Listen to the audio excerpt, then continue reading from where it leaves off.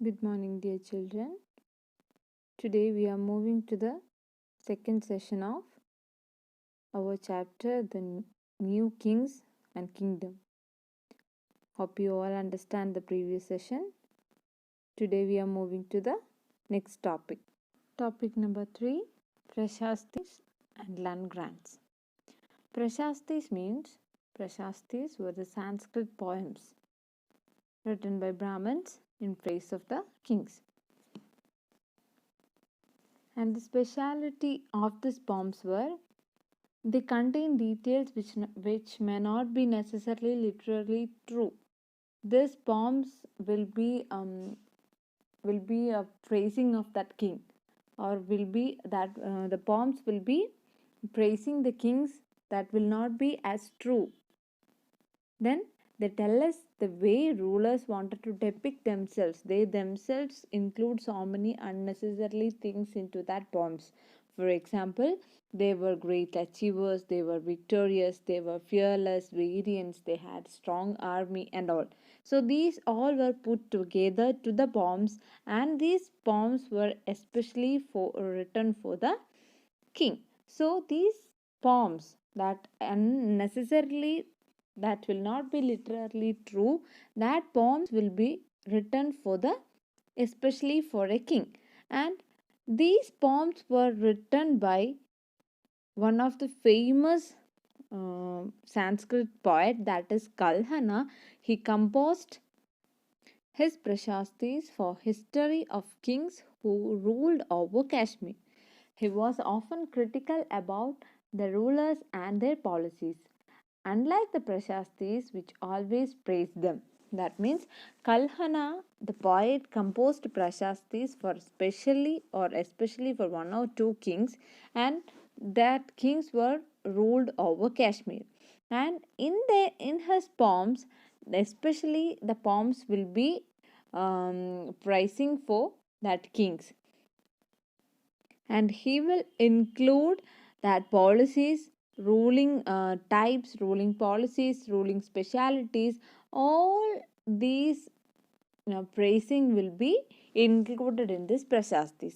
So this prashastis always praise the king. And next is the land grants. The land grants were given to the brahmanas because the kings often rewarded brahmanas by grant of lands. As we all know that,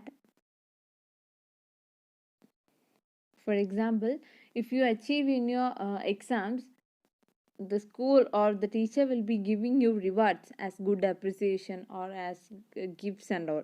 So at that time the kings were rewarding the brahmanas by granting of lands. The land was given to the brahmanas as a prize, or for what the kings are giving brahmanas land, because the brahmanas were helping the kings for easiness of ruling, so that the brahmanas were granted land as a reward, and these were recorded on a copper plates which were given to the people who received the land.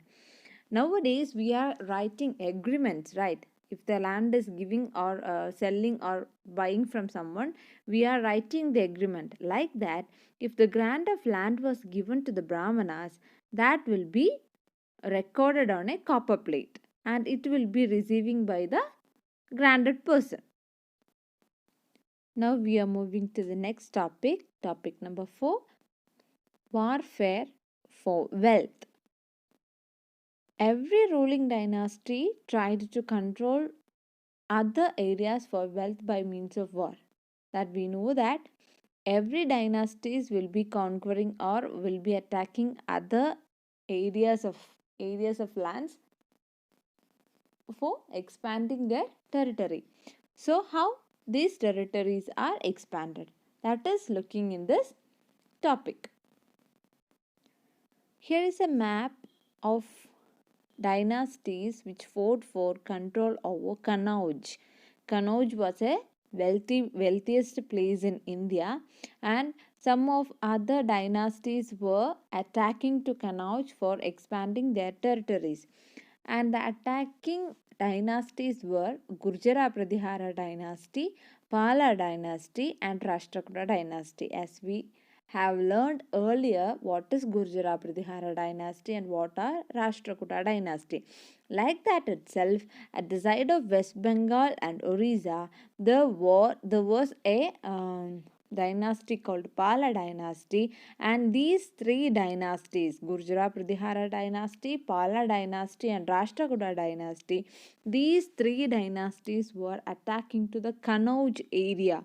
That is, Kannauj, the land is the wealthiest land in India because Kannauj is situated at the banks of Ganga, and this river is giving a very well fertile soil for agriculture, and commercially also Kannauj was the wealthiest place.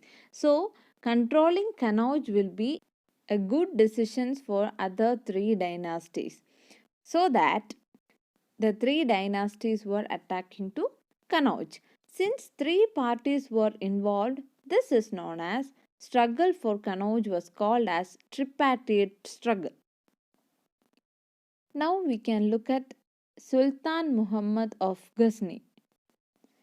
Sultan Muhammad of Ghazni was situated at present Afghanistan, and he ruled from 9097 to 1030 CE.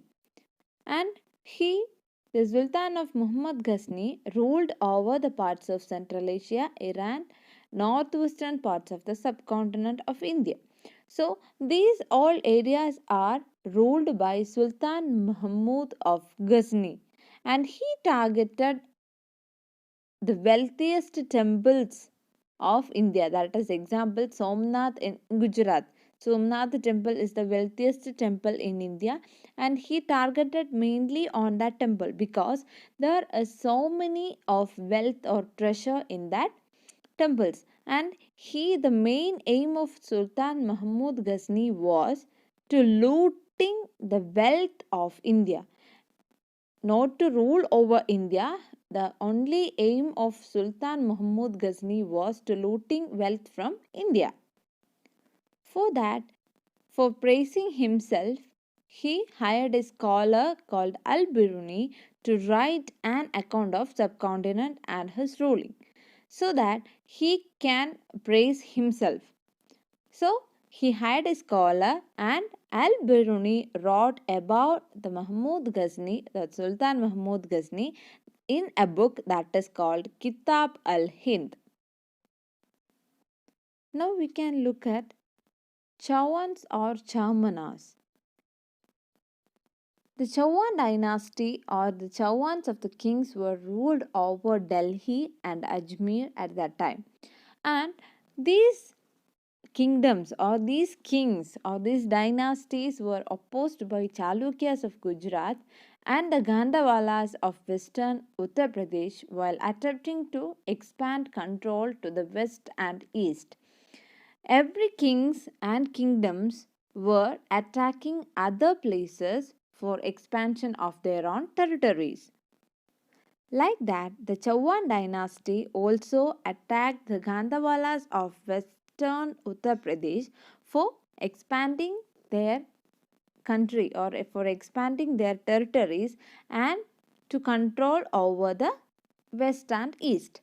And the best known king of Chauhan dynasty was Prithviraj Chauhan.